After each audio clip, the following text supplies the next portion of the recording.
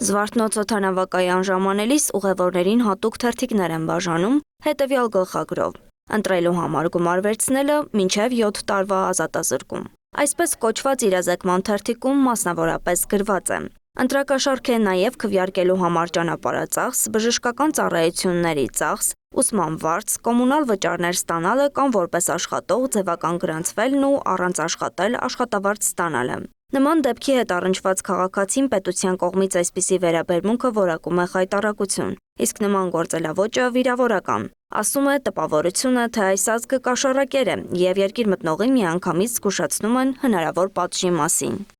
Դրա համար կան իրավապահ մարմիններ, դրա համար կա տարբեր քարոզչական լծակներ, ՀՄԷԿ-ից սկսած մինչև սոցիալական ցանցերով ու